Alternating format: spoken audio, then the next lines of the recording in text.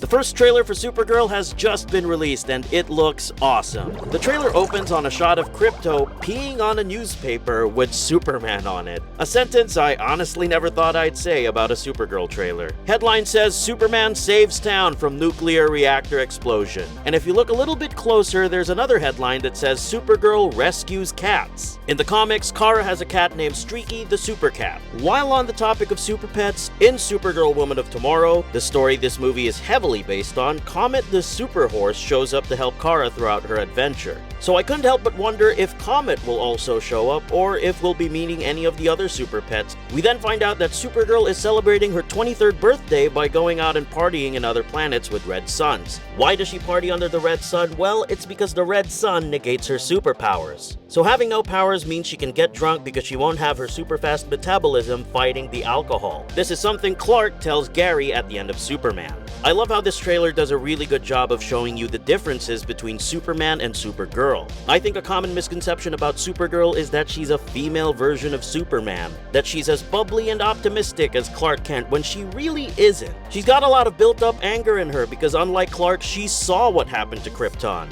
And I like that this trailer makes that aspect of her character very clear. When asked, what's Superman like? Kara says, he sees the good in everyone. I see the truth. And I really love that line because it perfectly encapsulates who Supergirl is. I think she and Lois would get along really well. Now you may be wondering, who's that kid she's with in the trailer? That is Ruthie. In the comics, she's this kid who asks Supergirl to help her get revenge on an assassin named Krem of the Yellow Hills who killed her father. Now why would Supergirl be helping some kid get revenge? This is where things get slightly spoilery, so fair warning, but Krem shoots Krypto with an arrow. So naturally, Supergirl agrees to help take this guy down. Point is, if y'all thought that Lex and the Engineer were evil because of what they did to Krypto, brace yourselves. Another thing that caught my eye is Lobo. We got our super quick first look at Jason Momoa as Lobo. I am curious though to see how he fits into all this, because originally I thought he would be taking the place of Krem in the books. But we actually do have a Krem in this movie. Actor Matthias Schoenaerts is playing Krem of the Yellow Hills. Now I could be wrong, but I think you do see him in the trailer. I think he's this guy. Hard to tell with all the amazing makeup and all, plus he looks really different from the comics. So yeah, if Krem is in this, what is Lobo's deal?